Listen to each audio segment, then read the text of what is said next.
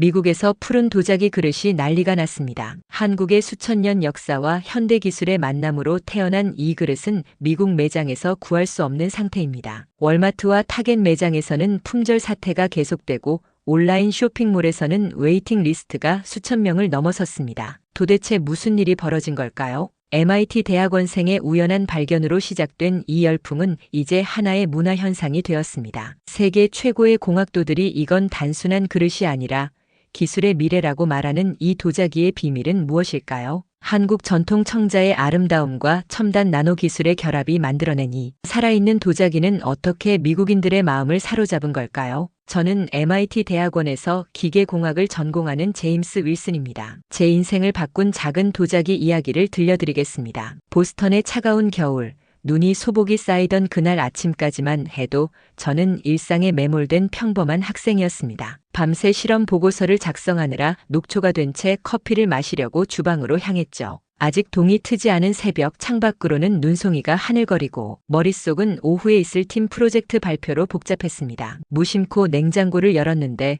그 안에서 묘한 아름다움이 시선을 사로잡았습니다. 작고 단정한 그릇 하나였어요. 빛바랜 청록색의 은은한 유약, 살짝 푸른 기운이 도는 색조는 마치 깊은 바다를 담은 듯 했습니다. 그 색을 보는 순간 마음이 편안해지는 걸 느꼈어요. 이게 정말 음식 담는 용기가 맞나?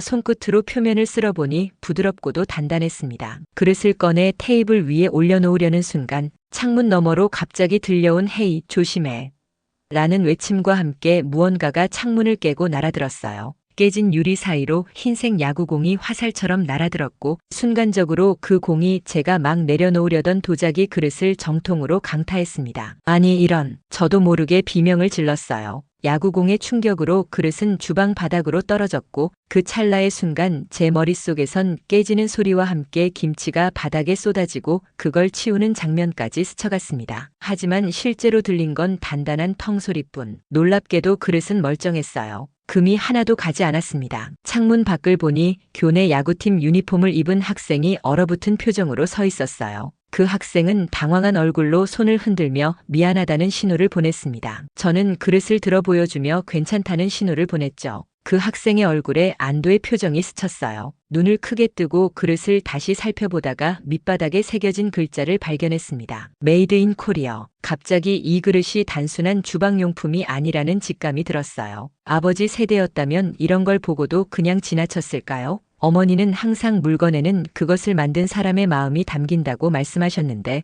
이 그릇에는 어떤 이야기가 숨어 있는 걸까요? 다음 날 호기심을 참지 못한 저는 실험실로 그릇을 가져갔습니다. 공학도의 본능이었을까요? 도자기의 내구성과 재질을 분석해 보기로 했죠. 온도 충격, 압력, 충격 실험 등을 했는데 결과는 놀라웠습니다. 일반 세라믹보다 3배 이상 충격에 강하고 열 팽창 계수도 놀라울 만큼 낮았어요. 숫자로 증명된 이 결과를 보며 가슴이 뛰었습니다. 이건 단순한 그릇이 아니라 수천 년 전통과 현대 기술이 공존하는 과학적 유산이라는 생각이 들었어요. 팀 프로젝트 회의에서 조심스레 이 도자기를 연구 주제로 제안했습니다. 이 도자기 연구해 볼까요? 왜 이렇게 안 깨지는지, 어떤 구조인지. 처음엔 다들 웃었지만 제가 그 자리에서 갑자기 그릇을 바닥에 떨어뜨렸을 때 그 멀쩡한 모습을 본 팀원들의 눈빛이 달라졌습니다. 그거 어디서 만든 거야?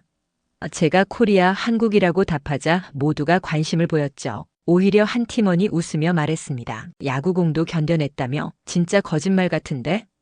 저는 웃으며 대답했어요. 정말이야. 어제 교내 야구부 누가 쳤는지는 모르겠지만 창문 깨고 들어온 야구공이 직격탄으로 이걸 맞췄는데도 끄떡없었어. 팀원들이 놀라워했습니다. 그럼 이거 연구해볼 가치가 있겠네. 그런 충격도 견디다니. 이렇게 한 대학원생의 일상에서 시작된 작은 호기심은 한국의 기술과 철학을 향한 여정의 첫걸음이 되었습니다. 우리 부모님 세대는 물건 하나에도 그 가치와 내력을 소중히 여기셨죠. 저도 그 마음으로 이 그릇의 비밀을 찾아 나섰습니다. 팀원들과 도자기의 내구성 실험 데이터를 정리하며 기술적 특성에 감탄했습니다. 유약에 뭔가 특수 처리가 된 것 같아. 보통 도자기보다 충격 흡수가 잘 돼. 제가 어릴 적 할머니 댁에서 보았던 도자기들은 조심스럽게 다뤄야 했는데 이건 달랐습니다. 점점 이 도자기의 제작 방식, 재료 배합, 열처리 방식 등이 단순한 공정 이상의 무언가임을 직감했죠. 하지만 분석 장비로 확인할 수 있는 건 한계가 있었습니다. 어머니가 항상 말씀하시던 손맛은 기계가 내지 못한다는 말이 떠올랐어요. 정말 중요한 건 이 도자기를 만든 사람들, 그들의 철학과 손길이었습니다. 인터넷을 샅샅이 뒤져그릇 바닥의 브랜드명을 단서로 한국 제조업체를 추적했지만 영문 자료는 거의 없었고 회사 홈페이지도 한국어뿐이었습니다. 장벽은 언어와 문화였습니다. 아버지는 젊었을 때 잠시 아시아에 파견 근무를 하셨는데 늘 그곳 사람들의 정성과 섬세함을 이야기하셨죠. 이제 제가 직접 그것을 느끼고 있었습니다. 고민하던 중 학내 한국인 유학생 모임에서 화학 전공 박사 과정 중인 이지원을 소개받았습니다. 이지원은 그 도자기를 보자마자 미소를 지으며 말했어요. 이거 우리 고향 근처에서 만든 거예요. 전통 고려 청자의 기법을 현대화한 거죠. 원래 깨지기 쉬운 도자기인데 그 공장은 이상할 정도로 안 깨지는 걸로 유명해요. 저는 야구공 이야기를 했고 이지원은 더 놀라워했습니다. 야구공이요? 그렇게 강한 충격도 견뎌냈다고요? 정말 놀랍네요. 우리나라 전통 도자기는 아름다움이 주목받지만 이렇게 기능적으로 발전한 것까지 알려지진 않았어요. 그 말에 충격을 받았습니다. 그럼 이게 단순한 상업용 제품이 아니라 전통 기술이 녹아든 유산이라는 거야?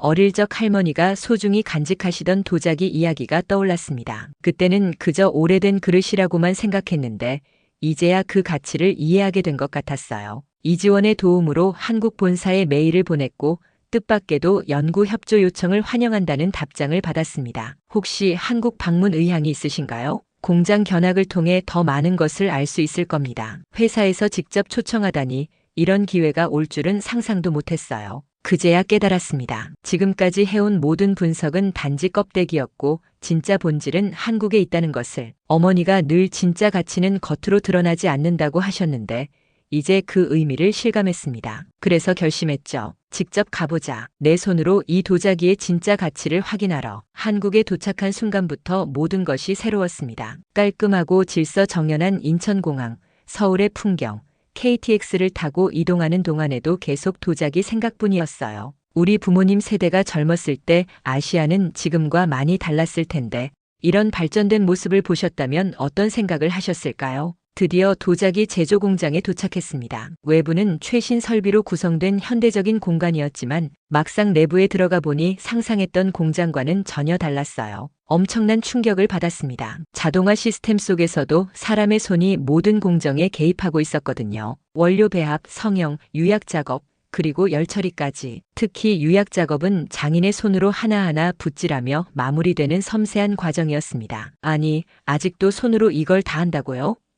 가이드를 맡은 기술자에게 물었습니다. 이게 비효율적인 거 아닌가요? 자동화하면 더 빠르고 안정적일 텐데요. 학교에서 배운 생산성과 효율성의 관점에서는 이해할 수 없었어요. 그 질문에 35년 경력의 박지호 기사님이 조용히 답했습니다. 자동화로는 못 만들어내는 게 있어요. 이 그릇은 계산으론 나올 수 없는 감각이 필요해요. 색도 유약도 강도도 결국엔 사람 손이 완성시킵니다. 그 말은 제 아버지가 늘 하시던 말과 닮아 있었습니다. 진짜 장인은 도구를 다루는 게 아니라 재료와 대화한다. 그런데 MIT에서 오셨다고요? 혹시 야구공이 부딪힌 그릇 이야기를 하신 분이? 박지호 기사님이 갑자기 물었어요. 깜짝 놀랐습니다. 네, 맞아요. 어떻게 아셨죠? 박지호 기사님은 웃으며 말했습니다. 이메일에 그 내용이 있었어요. 저희도 놀랐습니다. 저희 제품이 그런 충격도 견뎌냈다니. 사실 저희 제품은 강도 테스트를 철저히 하지만 실제 야구공 충격까지는 테스트해보지 않았거든요. 당신의 경험 덕분에 새로운 테스트 아이디어가 생겼네요.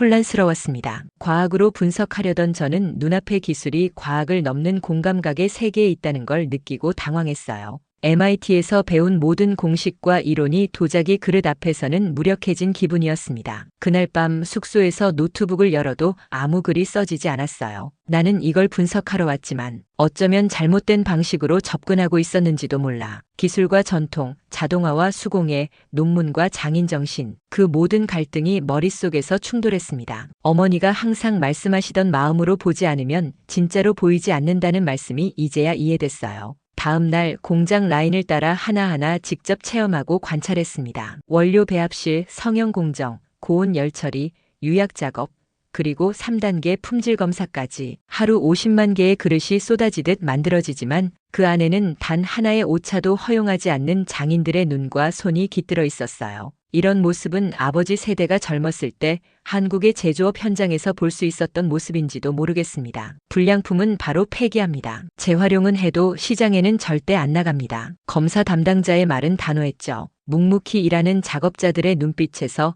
자부심과 책임감을 느꼈습니다. 이런 모습이 바로 한국이 세계 시장에서 인정받는 비결이 아닐까요? 연구소에서 김민석 부장님을 만났을 때 그분이 조용히 한마디를 던졌습니다. 우리는 도자기를 만든다고 생각하지 않아요. 사람의 식탁을 만든다고 생각하죠. 그 말에 멍해졌습니다. 처음 그릇이 야구공에 맞았던 순간부터 팀원들에게 설명했던 모든 실험, 제가 MIT에서 배웠던 기계공학 공식들이 떠올랐어요. 나는 이걸 분석하려 했지만 이 그릇은 분석할 대상이 아니라 이해할 대상이었구나. 어머니가 항상 말씀하시던 물건에는 만든 이의 정성이 담긴다는 말이 이제야 가슴에 와닿았습니다. 그날 밤 숙소에서 메모를 남겼습니다. 장인은 손으로 만들고 마음으로 완성한다. 이 작은 도자기엔 과학보다 깊은 것이 담겨 있었다. 이제 제 눈의 그릇은 더 이상 실험 대상이 아닌 한 민족의 정체성과 시간이 응축된 작품으로 보이기 시작했습니다. 부모님 세대가 물건을 소중히 여기던 그 마음을 이제야 이해한 것 같았어요. 공장 견학 마지막 날 김민석 부장님의 제안으로 도자기 개발팀이 보관 중인 과거 제품들을 직접 살펴보게 됐습니다. 그중 낡은 유약이 묻은 하나의 도자기 앞에 멈춰 섰는데 깜짝 놀랐어요. 이거 내가 처음 냉장고에서 봤던 그 그릇이야. 김민석 부장님이 말했습니다. 맞아요. 그건 2002년형 제품입니다. 지금은 더 개선된 버전이죠. 그리고 이어진 한마디가 저를 더 놀라게 했어요. 지금 그 제품 MIT 포함 여러 해외 대학에서 실험 샘플로 요청하고 있어요. 특히 당신의 야구공 사건 이후로 관심이 더 높아졌습니다. 멍하니 말을 잇지 못했습니다. 뭐라고요? 이 제품이 이미 세계적인 주목을 받고 있었다고요? 아버지 세대가 한국 제품의 세계화를 꿈꾸던 그 시절에는 상상도 못했을 일이 현실이 되어 있었습니다. 지금까지 자신만의 작은 호기심이라 여겼던 도자기 하나. 그러나 그것은 이미 한국 기업이 전략적으로 개발해 해외 시장에 진출시키고 있던 글로벌 제품이었습니다. MIT, 하버드, 스탠포드 등 세계 유수의 연구기관과 공식적인 교류까지 이어지고 있다는 사실이 새로운 충격으로 다가왔어요. 나는 그저 도자기 하나에 놀랐던 줄 알았는데 그게 이미 세계를 움직이고 있었던 거였구나. 처음으로 자각했습니다. 제가 생각했던 단순한 발견이 아니라 한국이라는 나라가 오랜 시간 준비해온 기술과 철학의 결과물 위에 서 있었다는 것을요. 부모님 세대의 노력이 이런 결실로 이어졌다는 생각에 가슴이 뭉클했습니다. 미국으로 돌아온 저는 MIT 강의실에서 경험을 바탕으로 발표를 준비했습니다. 한국 도자기의 강도, 전통 유약 기술, 장인의 손길에 대한 자료를 정리했죠. 발표는 성공적이었어요. 교수와 동료 학생들 모두 이런 고급 도자기 기술은 처음 들었다. 이게 한국에서 나왔다는 게 믿기지 않는다는 반응이었습니다. 특히 야구공 충격 테스트 이야기에 모두가 놀라워했어요. 일부 교수들은 직접 해당 제조사와의 협업 가능성까지 언급하며 관심을 보였어요. 그날 저녁 기숙사로 돌아와 룸메이트 윌리엄 포스터와 식사를 준비하는데 그가 사용 중인 그릇이 눈에 띄었습니다. 이거 그 도자기잖아. 윌리엄은 웃으며 말했어요. 월마트에서 샀어. 최근에 이 브랜드가 진열대에 많이 보이더라고. 순간 멈칫했습니다. 이 제품이 이렇게 가까이에서 이렇게 널리 쓰이고 있었다고. 다음 날 직접 근처 대형마트에 가봤어요. 주방용품 코너에는 각종 디자인, 용량, 기능으로 진열된 그 브랜드의 도자기가 꽉 차 있었습니다. 제 프로젝트 대상이자 연구 주제였던 도자기 제품이 이미 미국의 대중시장에 깊숙이 스며들어 있었던 겁니다. 그러나 그 옆 다른 중국산 제품과 함께 놓인 채 별다른 설명도 없이 판매되고 있었어요. 가슴이 아팠습니다. 이건 그냥 상품이 아니야. 이 안에는 장인의 철학, 전통 기술, 그리고 한국이라는 나라의 시간이 담겨 있는데 50, 60년대에 태어나 물건 하나하나의 가치를 소중히 여기던 부모님 세대라면 이런 현실을 어떻게 받아들였을까요? 여기서 새로운 갈등에 직면했습니다. 이 도자기의 진짜 가치를 소비자들은 과연 알고 있을까? 이걸 단순한 세일 상품이 아닌 문화와 기술의 결정체로 알리려면 나는 무엇을 해야 할까? 처음엔 하나의 호기심이었지만 이제는 의무감이 생겼습니다. 이 제품의 가치를 제대로 알리는 일에 관여하고 싶다는 목표가 생겼어요. MIT에서 한국 도자기의 기술력과 장인 정신을 주제로 한 발표 이후 뜻밖에도 학교 웹사이트에 발표 내용이 게재되며 큰 반향을 일으켰습니다. 여기에 야구공 충격 실험 영상까지 추가되자 더 많은 주목을 받았어요. 한국 기업으로부터 감사 메시지를 받았고 언제든 다시 방문하시면 환영하겠다는 초청까지 받았어요. 부모님이 젊은 시절 꿈꾸던 한국의 위상이 이렇게 높아져 있다니 놀라웠습니다. 하지만 그 기쁨도 잠시 주변에서 쏟아지는 이질적인 반응에 당황하기 시작했어요. 몇몇 교수들은 말했습니다. 훌륭한 발표였지만 결국 마케팅 스토리 아니야? 도자기를 기술 분석이 아닌 문화적 감동으로 푸는 건 학문적으로 취약해 보여. 팀원 중 일부는 저에게 조심스럽게 물었습니다. 한국에 너무 감정이입한 거 아냐? 객관성이 좀 흔들린 것 같아. 혼란에 빠졌어요. 제가 느낀 진심과 감동, 장인의 정신과 기술이 학문적 세계에선 감성적 접근으로 폄하되는 현실에 부딪히게 된 겁니다. 이성과 감성 사이에서 균형을 찾던 부모님 세대의 고민이 이런 것이었을까요? 동시에 직접 확인한 미국 시장에서의 현실도 신경 쓰였습니다. 품질은 최고지만 브랜드 인지도는 약하다. 한국 제품은 소비자의 감성을 건드리지 못하고 있다. 고민 끝에 결단했어요. 내가 느낀 것을 단지 논문이 아닌 이야기로 풀어야겠다. 단순한 연구 보고서가 아니라 한국 도자기와 장인 정신을 알리는 다큐멘터리 영상 기획을 추진했습니다. 쉽지 않았어요. 학교 내부의 허가 문제, 예산 부족, 교수들의 반신반의가 있었죠. 무엇보다 왜 당신이 그걸 해야 하느냐는 주변의 시선이 부담스러웠습니다. 스스로에게 물었어요. 나는 미국인인데 왜 이토록 한국 도자기에 집착하는가? 이건 내 길이 맞는 걸까? 그 순간 마음속 깊은 울림을 다시 떠올렸습니다. 처음 그릇이 야구공에 맞았던 그 겨울 아침과 공장에서 만난 박지호. 바로 그 순간 MIT 다문화협력국제센터로부터 한 통의 메일이 도착했어요. 귀하의 스토리는 문화 외교 사례로 가치가 있습니다. 국제 프로젝트로 확대할 수 있는 방안을 논의하고자 합니다. 꺼져가던 희망의 불씨가 다시 타오르는 순간이었습니다. 그렇게 몇 주 후 MIT 국제센터와 협업하여 제 다큐멘터리 프로젝트는 기술을 품은 식탁, 한국 도자기의 힘이라는 이름으로 공식 승인되었어요. 한국 대사관과 문화원 그리고 해당 도자기 제조사까지 공동 후원 의사를 밝혔습니다. 아버지가 항상 말씀하시던 진심은 언젠가 통한다는 말씀이 이루어지는 순간이었죠. 다시 한국을 찾게 되었습니다. 이번엔 연구자가 아닌 이야기 전달자로서였어요. 공장에 도착한 저는 35년 차 박지호 기사님과 다시 마주했습니다. 조용히 그분의 손을 잡으며 말했어요. 당신의 기술, 그 철학, 이제 세상 사람들이 알게 될 겁니다. 부모님 세대가 소중히 이어온 장인 정신을 세계에 알리는 일을 제가 하게 될 줄이야. 인생이란 참 알 수 없는 것 같습니다. 박지호 기사님은 미소 지으며 말했습니다. 우린 그저 잘 만들었을 뿐이에요. 알아준 건 당신이 처음이었어요. 그리고 그는 작은 상자를 건네주었어요. 이건 특별 제작한 겁니다. 야구공 충격 테스트를 통과한 신제품이죠. 당신 덕분에 우리가 더 좋은 제품을 만들게 되었습니다. 상자를 열어보니 더 깊은 청록색의 그릇 세트가 들어있었습니다. 박지호 기사님의 이름과 제가 처음 겪었던 야구공 충격의 날짜가 새겨져 있었어요. 그 순간 가슴이 뭉클했습니다. 어쩌면 이것이 세대를 뛰어넘어 사람과 사람이 연결되는 방식이 아닐까요? 나이와 국적을 넘어 진심이 진심에 닿는 순간이었습니다. 다큐멘터리는 MIT 유튜브 공식 채널과 교육 포털, 그리고 한국 공공 외교 프로젝트를 통해 91개국에 온라인 송출되었어요. 수천 개의 댓글이 달렸습니다. 이제부턴 도자기를 볼 때 그 안의 사람을 떠올리겠습니다. 작은 그릇 하나가 국가의 품격을 보여줄 수 있다는 사실이 감동입니다. 이건 마케팅이 아니라 문화입니다. 영상의 하이라이트는 제가 직접 참여한 야구공 충격 실험 장면이었어요.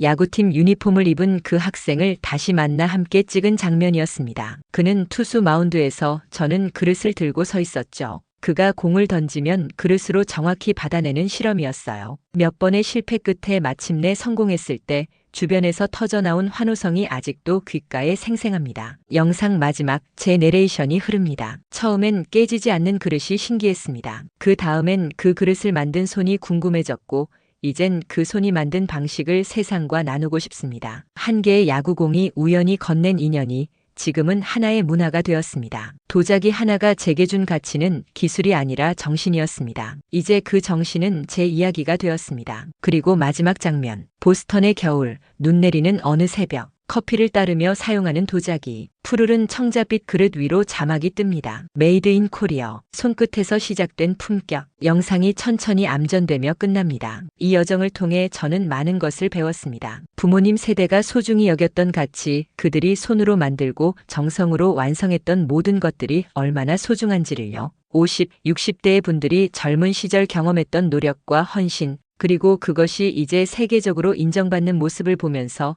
저는 조금 더 이해하게 되었습니다. 우리는 모두 시간의 줄기 위에 서 있고 그 줄기를 이어가는 이야기꾼이 될 수 있다는 것을요. 영상 방영 이후 가장 뜻밖의 연락은 그 야구공을 던졌던 학생으로부터 왔습니다. 그는 이제 졸업을 앞둔 선배가 되어 있었어요. 당신의 영상을 보고 다시 한번 놀랐습니다. 제가 실수로 던진 그 공이 이런 멋진 이야기의 시작점이 될 줄이야. 저도 한국에 대해 더 알고 싶어졌어요. 어쩌면 제 부모님 세대가 물려준 가장 큰 선물은 보는 법을 가르쳐 주신 것인지도 모릅니다. 물건을 넘어 그 속에 담긴 사람의 마음을 볼 수 있는 눈, 차가운 도자기 속에서 따뜻한 손길을 느낄 수 있는 감각. 그렇게 저는 한 도자기 그릇과 한 개의 야구공을 통해 세대를 뛰어넘어 연결되는 인간의 온기를 발견했습니다. 오늘도 아침 식사를 할 때마다 그 푸른빛 도자기 그릇을 들며 생각합니다. 우리의 일상은 수많은 작은 연결로 이루어져 있다고요. 보이지 않는 손끝과 손끝이 시간과 공간을 뛰어넘어 만나는 기적 같은 순간들로요. 그리고 그것이 바로 진정한 품격의 시작이 아닐까 합니다. 메이드 인 코리어라는 작은 글자 속에 한 민족의 역사와 철학 그리고 미래를 향한 야망이 깃들어 있었습니다. 부모님 세대가 꿈꾸던 세계, 젊은 시절 그토록 애쓰며 만들어가던 그 세계가 지금 여기 와 있습니다. 우연히 날아온 야구공 하나가 문을 열었고 저는 그 이야기를 전하는 작은 다리가 되었습니다. 때로는 우리 일상에서 만나는 작은 사고, 예상치 못한 충돌이 새로운 발견의 시작점이 되기도 합니다. 깨졌다면 그저 아쉬운 추억으로 남았을 그릇이 깨지지 않음으로써 열어준 세계. 저는 이제 어떤 어려움이 찾아와도 그것이 어쩌면 새로운 이야기의 시작일지도 모른다고 생각합니다. 부모님 세대가 겪었던 수많은 어려움이 결국 지금의 성취로 이어진 것처럼요.